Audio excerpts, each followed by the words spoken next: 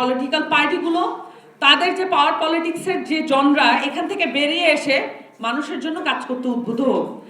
যদি পাওয়ার পলিটিক্সের জনরা যেটা চলছে, এই মাসল পাওয়ার পেশি শক্তি, এইটা যদি চলতে থাকে, অর্থবিত্ত এটাই যদি গুরুত্বপূর্ণ হয়ে ওঠে, আমি আপনাদেরকে কথা দিতে পারি আজকে থেকে 15 বছর পরে আমাদেরকে এভাবেই সেমিনার সিম্পোজিয়ামে কথা বলতে হবে, আমরা এর চেয়ে বেশি আগাতে পারবো না। আমরা একসাথে একটা বিষয়কে ডিল করছিলাম যে প্রতিবন্ধী শিক্ষার্থীদের কিছু দাবি দেওয়া, এবং সেই দাবি দেওয়া কেন্দ্রিক আন্দোলনটা ডিল করতে গিয়ে বা তাদের সাথে আলাপ আলোচনা করতে গিয়ে সভাপতি পলিটিক্যাল পার্টি হিসেবে সকল আন্দোলন যদি সেটা যৌক্তিক হয় সেটার পাশে দাঁড়ানো আমাদের কিন্তু কর্তব্য। যদি আমরা সেটা না করি, কোনো রাজনৈতিক দল যদি না করে, তাহলে গণমানুষ এবং জনমানুষের যে আকাঙ্ক্ষা সেখান থেকে সে বিচ্যুত হবে। সেটার জায়গা থেকে এনসিপি তার প্রতিবন্ধী উইং এবং এনসিপি মূল যে জায়গা থেকে তারা একসাথে কাজ করার চেষ্টা করেছে। ডাকসুর পক্ষ থেকেও তারা একসাথে ছিল, এবং দাবিগুলো যদি আপনারা শুনেন, দাবিগুলো 5টা দাবি ছিল, তার মধ্যে 3টা দাবিতে এসে পর্যবসিত হয়েছিল, যাতে করে মানে একটা বার্গেনিং জায়গা তৈরি হয় সরকারের সাথে। তবে আমি আপনাদের যে 5টা দাবি ছিল, আমি আপনাদেরকে ডেফিনেটলি বলতে পারি ওই 5টা দাবির মধ্যে 5টাই ন্যূনতম মাত্রায় হলেও এইটা এই মুহূর্তেই কার্যকর করার মতো দাবি। কিন্তু যেটা করতে হয়, রাষ্ট্রপক্ষের সাথে নাগরিকের সম্পর্কটা হয় দর কষাকষি।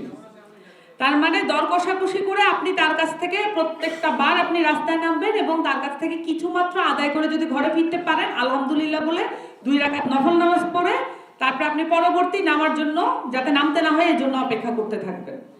এই হচ্ছে আমাদের দেশে বিভিন্ন মানে যৌক্তিক দাবি দেওয়ার পরিস্থিতি এমনই হয়। আল্লাহ আমাদের সাহায্য করুক, যখন আমরা যদি কখনো এনসিপি যদি রাষ্ট্রের দায়িত্বে, আমি কখনো এটাকে রাষ্ট্র ক্ষমতা বলি না, রাষ্ট্রের দায়িত্বে যদি কখনো যায়, তখন তারা যে অভিজ্ঞতাগুলো নিচ্ছে, এই যে মাঠ পর্যায়ে আন্দোলন কেন্দ্রিক যে অভিজ্ঞতাগুলো নিচ্ছে, এই অভিজ্ঞতাগুলোর সম্মেলন তারা রাষ্ট্রের দায়িত্বে গিয়ে কিভাবে ঘটাবে, নাকি তখনও আসলে ওই পাওয়ার পলিটিক্স, যে পাওয়ার পলিটিক্স আসলে বাংলাদেশের প্রত্যেকটা রাজনৈতিক দলকে একচ্ছত্রভাবে নিয়ন্ত্রণ করে, ওই নিয়ন্ত্রণের মধ্যে থেকেই তারা নিজেদের কাজটা করবে, সেটা দেখার জন্য আমি অপেক্ষা করি এবং আল্লাহর কাছে সাহায্য প্রার্থনা করি যাতে করে just another political party NCP না হয়ে ওঠে। এখন আপনারা আসেন যে এখানে আসলে দৃষ্টিভঙ্গিগত যে পরিবর্তন, আমি রিসেন্টলি যতগুলো জায়গায় কথা বলতে যাই বা অ্যাটেন্ড করতে যাই, সেখানে আসলে এই দৃষ্টিভঙ্গিগত পরিবর্তনের বিষয়টা উঠে আসছে। আমি মনে করি যে বাংলাদেশে এখন একটা টার্নিং পয়েন্ট চলছে। হয়তো পলিটিক্যাল পার্টিগুলো এটা অনুধাবন করতে পারছে না, কিন্তু there has been a change after the uprising in the common people and common understanding. So জনমানুষের মধ্যে সরকারকে, পলিটিক্যাল পার্টিকে, এই স্টেক হোল্ডারদেরকে, যেগুলো পাওয়ারফুল স্টেক হোল্ডার, তাদেরকে দেখার একটা দৃষ্টিভঙ্গিগত পার্থক্য ঘটেছে। বাংলাদেশ 2007 সালে ইউএন কনভেনশন, যেটা প্রতিবন্ধীদের সনদ, সেখানে কিন্তু স্বাক্ষর করেছে। 2013 সালে বাংলাদেশ নিজে একটা প্রতিবন্ধী সুরক্ষা আইন তৈরি করেছে। এখন 2013 সালে ছিল আওয়ামী লীগ সরকার। আপনি দেখেন একটা আওয়ামী লীগ সরকারের মতো এরকম আওয়ামী লীগের একটা দল, এই দলটা পুরোপুরি আগাগোড়া ফ্যাসিস্ট। এই দলটার মতো এমন একটা দলের পক্ষেও কিন্তু একটা মানবিক আইন তৈরি করা সম্ভব, তাই না? যে আইনটা আসলে আমরা এখনো বলছি যে ওই আইনটা মাঠ পর্যায়ে ইমপ্লিমেন্টেশন করা হোক। তার মানে একটা দল বা একটা গোষ্ঠী কতটুকু অমানবিক সেটা তার মানবিক আইন দিয়ে আপনি বুঝতে পারবেন না, এটা খুব পরিষ্কার। মানবিক আইন করা খুবই সহজ, কারণ আপনি কিছু স্টেক হোল্ডারদের একসাথে বসাবেন, স্পেশালিস্টদের একসাথে বসাবেন, তার মাধ্যমে আপনি একটা আইন প্রণয়ন করবে, কিন্তু এটা ইমপ্লিমেন্টেশন করা is so much more challenging. এবং এই চ্যালেঞ্জিং কাজটা যারা করতে পারবে, এটাই হচ্ছে একমাত্র আমাদের বিবেচনা করার মতো বিষয়। যদি সেটা বিএনপি করতে না পারে তাহলে তাদেরকে বিবেচনা করার দরকার নাই। যদি সেটা জামাত করতে না পারে, জামাত আজকেও অনেকগুলো পলিসি লেভেলে ডিসকাশন করছে, কিন্তু এগুলো ইমপ্লিমেন্টেশন যদি করতে না পারে তাহলে তাদেরকে বিবেচনা করার দরকার নেই। যদি এনসিপি যদি সেটা করতে না পারে তাহলে তাদেরকেও বিবেচনা করার দরকার নেই, আপনাদের নতুন পলিটিক্যাল পার্টি লাগবে তখন। তো যাদের হাত পা সচল নয়, বিভিন্ন অঙ্গহানি আছে এবং অঙ্গের প্রতিবন্ধকতা আছে, তাদের জন্য এই দুনিয়া যে কত পরিমাণ কঠিন, এইটা একজন মানুষের পক্ষে ব্যাখ্যার অতীত। অন্তত আমার পক্ষে এই ব্যাখ্যা আপনাদের গ্রহণযোগ্য হবে না, আমি যদি ব্যাখ্যা করিও। সো বাংলাদেশে আমাদের যে প্রত্যেকটা প্রাইভেট সেক্টরে আপনারা চাকরির কথা বলছেন, প্রাইভেট সেক্টরে কেন গভর্নমেন্টকে ভর্তুকি দিতে হবে? আমি অবশ্যই মনে করি ভর্তুকি দেওয়া উচিত, কিন্তু কেন ভর্তুকি দিতে হবে? কারণ প্রত্যেকটা প্রাইভেট সেক্টরে যারা মালিক আছেন, যারা বড় বড় কোম্পানি চালান, বড় বড় ব্যবসা প্রতিষ্ঠান চালান, তাদের কি উচিত না যে বাংলাদেশের যারা পিছিয়ে পড়া জনগোষ্ঠী, যারা বাংলাদেশে নিজেদের অবদানটা রাখতে চান, তাদের জন্য নিজেদের পকেট থেকে ব্যয় করে একটা অবস্থা তৈরি করা? এটার জন্য তো সবসময় যে সাবসিডাইজ করা এটা একমাত্র পদ্ধতি হতে পারে না। এটার জন্য তো সদিচ্ছা প্রত্যেকটা অঞ্চল থেকে দরকার, প্রত্যেকটা সেক্টর থেকে দরকার। তো সদিচ্ছার বিষয়টা এটা নর্মসে পরিণত করা দরকার, এটা দয়া না। সো সদিচ্ছা সবসময় এটা প্র্যাকটিস হওয়া উচিত। আপনার যদি মনের মধ্যে দরদ না থাকে এই মানুষগুলোর জন্য যারা আপনার ফেলো সিটিজেন, এই জন্য আমরা নাগরিক মর্যাদার কথা বলি। মর্যাদা এটা একপাক্ষিক হতে পারে না, মর্যাদা উভয় পাক্ষিক হতে হয়। মর্যাদা আমি আপনাকে মর্যাদা দিব, আপনি আমাকে মর্যাদা দিবেন, এভাবেই একটা পারস্পরিক সামাজিক মর্যাদা গড়ে ওঠে, নাগরিক মর্যাদা গড়ে ওঠে। এটা একপাক্ষিক নয় যে সবসময় সাবসিডাইজ করে আমাকে বিভিন্ন সেক্টরে বাধ্য করতে হবে যে প্রতিবন্ধীদের আপনারা সুযোগ দেন, নারীদের আপনারা সুযোগ দেন। এটা এভাবে করা যায় না। সো আমি এখানে সমালোচনা করব একই সাথে যেমন পলিটিক্যাল পার্টি, আমি একই সাথে সমালোচনা করব আমাদের দেশের আপামর জনসাধারণ যারা বিভিন্ন পর্যায়ে গিয়ে উপস্থিত হয়েছেন, উপনীত হয়েছেন, যাদের এখন সুযোগ আছে ৫-১০টা মানুষকে সাথে নিয়ে, যারা পিছিয়ে পড়েছেন তাদেরকে সাথে নিয়ে তাদেরকে একটা স্বপ্নের আলো দেখানো। সো এই সমালোচনার মধ্যে দিয়ে কিন্তু আমাদেরকে নিজেদেরকে আরো ডেভেলপ করতে হবে। আমি চাই এমন একটা সোসাইটি গড়ে তুলতে এনসিপি কাজ করবে।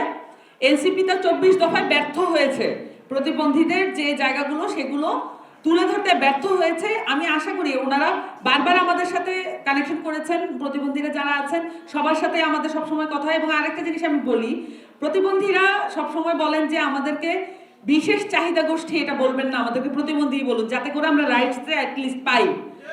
মানে বিশেষ চাহিদা গোষ্ঠী এটা বলার মধ্য দিয়ে, এই এনজিও টার্মের মধ্য দিয়ে কিন্তু একটা পর্যায়ে হয় যে প্রতিবন্ধীদের যে একদম সরাসরি দফা দাবি সেটা কিন্তু জনসম্মুখে আসে না, এবং এটা আসলে মানুষ ল্যাঙ্গুয়েজ আকারে বুঝতে পারেন না। সো আমরা তাদের কাছ থেকে বরঞ্চ শিখেছি, তারা চান যে তাদের যে অসুবিধা সেই প্রতিবন্ধকতার সামনে চলে আসুক, যাতে করে মানুষ এটাকে কখনোই এমনভাবে না দেখে যে এইটাকে বিশেষ চাহিদা গোষ্ঠী, মানে এটা একটা বিশেষ গোষ্ঠী কিন্তু মনে হয়। সো আমরা তাদের কাছ থেকে এই বিষয়টাও কিন্তু শিখেছি। পলিটিক্যাল পার্টিগুলো তাদের যে পাওয়ার পলিটিক্সের যে জনরা, এখান থেকে বেরিয়ে এসে মানুষের জন্য কাজ করতে উদ্বুদ্ধ হোক। যদি পাওয়ার পলিটিক্সের জনরা যেটা চলছে, এই মাসল পাওয়ার, পেশি শক্তি, এইটা যদি চলতে থাকে, অর্থবিত্ত এটাই যদি গুরুত্বপূর্ণ হয়ে ওঠে, আমি আপনাদেরকে কথা দিতে পারি আজকে থেকে 15 বছর পরে আমাদেরকে এভাবেই সেমিনার সিম্পোজিয়ামে কথা বলতে হবে, আমরা এর চেয়ে বেশি আগাতে পারবো না। সো পাওয়ার পলিটিক্সটা সবার আগে, প্রত্যেকটা দল থেকে পাওয়ার পলিটিক্সটা একেবারে নির্মূল করা, এটা আমাদের প্রধানতম দায়িত্ব হয়ে দাঁড়িয়েছে। এইটা যদি হয় তাহলে আমরা একটা মানবিক সমাজ গড়ে তোলার দিকে এগিয়ে যেতে পারবো। changetv.press এক ফোঁটা হলুদ নেই।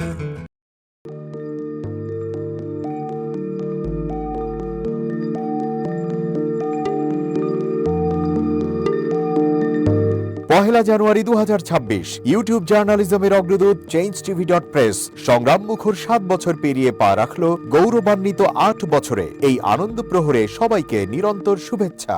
আমি নিজেকে ধন্যবাদ মনে করি, আমি সৌভাগ্যবান। চেঞ্জ টিভির পক্ষ থেকে আমার সাক্ষাৎকার নেওয়ার জন্য তারা আসছেন, এবং চেঞ্জ টিভি দীর্ঘ 8 বছর ধরে এই কাজগুলি করছে। আমি তারা অনেক ভালো কাজ করেছেন, দেশের মানুষের সুখ দুঃখের কথা প্রত্যক্ষ তুলে ধরছেন। আমার আশা থাকবে চেঞ্জ টিভি সামনের দিকে উত্তরোত্তর আরও সমৃদ্ধ হবে। একটাই শুধু আমাদেরকে উপদেশ দিতে চায় তাদের কাছে, সেটা হচ্ছে সত্য কথাটা মানুষের সামনে তুলে ধরা, মানুষের ভিতরে কি চায় তাদেরটা তুলে ধরা, মানুষের প্রত্যাশা তুলে ধরা, এবং মানুষের মধ্যে এই যে দেশাত্মবোধটা এবং সত্যবাদীটা, এটা জাগরণ করে চেঞ্জ টিভির সামনের দিকে এগিয়ে যাবে।